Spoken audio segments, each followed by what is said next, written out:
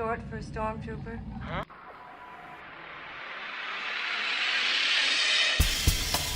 What's up, my friends? It is Stormy, of course, and welcome back to a news update. Now, guys, I had to do a little early morning update for you guys today. I literally just woke up maybe an hour ago or something, came out here to check the Star Wars news feed, and man, do we have a whopper of a story today to update you guys with. I'm sure you guys can tell by the title. No, that is not clickbait. Lord and Miller have left the Han Solo film. They are gone from the Han Solo project. The Han Solo project is directionless right now, in more ways than one. Directorless and directionless. Now, I just got done reading through this entire article, and from what I can gather, basically I'm just going to condense it down for you guys into like a nutshell, so you guys can just get a quick update here on what's going on. From what I understand from the article, Lord and Miller were citing creative differences with Lucasfilm and Kathleen Kennedy and Lawrence Kasdan as well. Now, what's interesting here is that there's two sides of the argument to look at.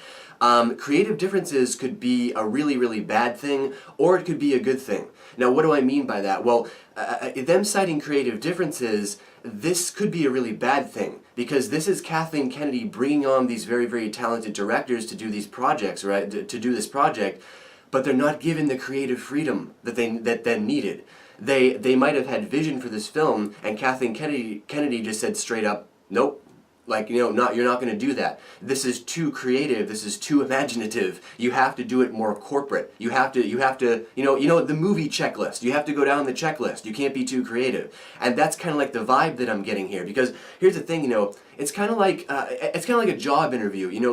Why would you bring somebody on to direct the movie when they're not appropriate for the role? Because obviously now at this stage in the existence with Lord and Miller and the Han Solo film, we were made to believe that they were appropriate for the role. And now you're telling us the opposite. You don't hire someone to do a job who's not appropriate for the role. That's why you have an interview process. That's why you bring someone in for an interview first.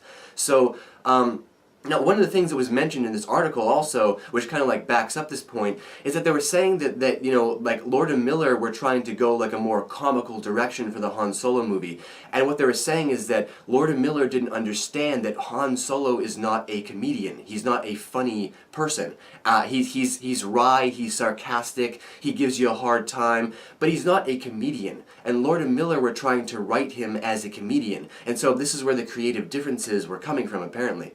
Now, that previous statement there, when I said that Lord and Miller, were trying to write Han Solo as a comedian and they might not have a grasp on the film, that speaks to the other side of the argument as well, is that might be the case, is that Lord and Miller just did not have a grasp on the film. They didn't understand what they were doing. And if that was the case, then it would be appropriate for them to leave. But then again, that draws into question, then why did you hire them? Then why did you bring them on in the first place? It kind of this all smells kind of fishy to me. It's like because I think they knew, this is Kathleen Kennedy and Lucasfilm. They knew what they were doing when they brought Lord and Miller on, but maybe Lord and Miller just wanted to go in a more creative direction, and Kathleen Kennedy wasn't allowing that. Because there's like I said, there's a lot of arguments to take into consideration here. Lawrence Kasdan, we all know that Lawrence Kasdan knows how to write a Star Wars film. We all know that Kathleen Kennedy and the story group and everything has a grasp on writing a Star Wars film, right?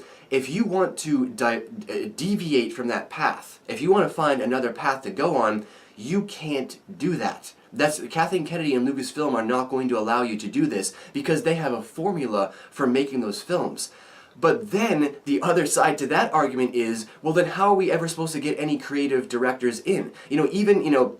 J.J. Abrams wasn't clashing with Kathleen Kennedy because, like it or not, J.J. Abrams is part of the corporate environment. If Kathleen Kennedy tells him to change his story around, he doesn't have any problem with that. Rian Johnson is allowed a little bit more freedom because he's doing the middle film in the trilogy, but even Gareth Edwards in Rogue One was clashing with Kathleen Kennedy and all this stuff. Even he was having creative problems. So what I'm smelling here is fish. Like I said, this smells fishy to me. It doesn't make any sense. What is going on here with these people? Now, there's also reports that they were talking to DC about making the Flash movie like 3 weeks before, and then maybe that's the reason why they left with it. It wasn't really a decision by Kathleen Kennedy. It was a decision made by Lord and Miller when they went out to talk about doing the Flash basically behind Lucasfilm's back. But that could have been in response to Kathleen Kennedy telling them much earlier than this that they were preparing to make them leave the set, that they were leaving the Han Solo movie. I mean, I don't really know what's going on. It's hard to get a grasp really on what's going on, because like, you know, I'm trying to be nice to Lucasfilm and to Kathleen Kennedy and give them like the benefit of the doubt, saying that no, this isn't the case, you know, they didn't kick Lord and Miller out, that there isn't this drama going on set. But then you have like this piece of the article right behind me here that I was just reading through, where Kathleen Kennedy was mocking Lord and Miller's socks. Yeah, there's a part in the interview here where it literally says that Kathleen Kennedy was mocking their socks, how they folded their socks. And it's like, this is what worries me about Star Wars going over to Disney. You know, as much as we love Bob Iger and Kathleen Kennedy and Lucasfilm as a whole, this is a corporate division.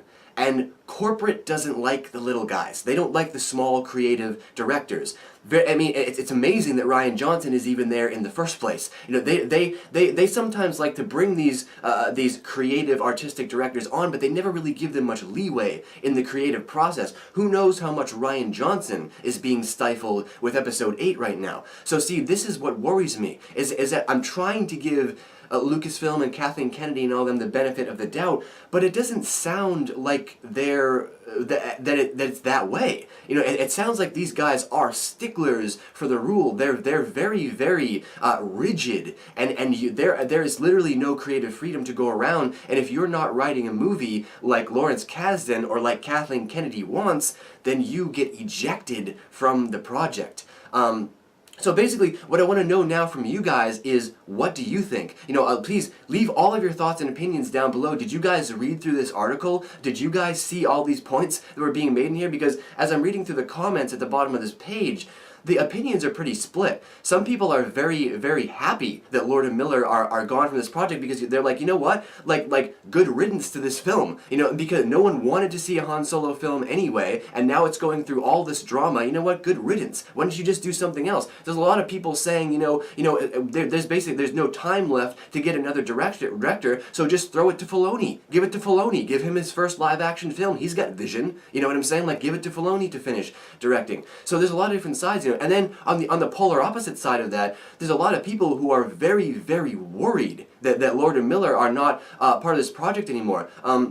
There's a lot of people saying, I'm calling it right now, this was the biggest missed opportunity of all time. Now that Kathleen Kennedy have ejected Lord and Miller from the process, they basically just screwed themselves big time on the movie. So once again, the opinions are just split right down the middle. So what do you guys think? Please voice all of your opinions, leave all of your thoughts down below in the Great White Void, and let me know what you guys think, because this is a massive piece of news, and we need to get the conversation going on this to try to figure out what's going on here, because, yeah, Lord and Miller are gone, guys. They're gone from the Han Solo film.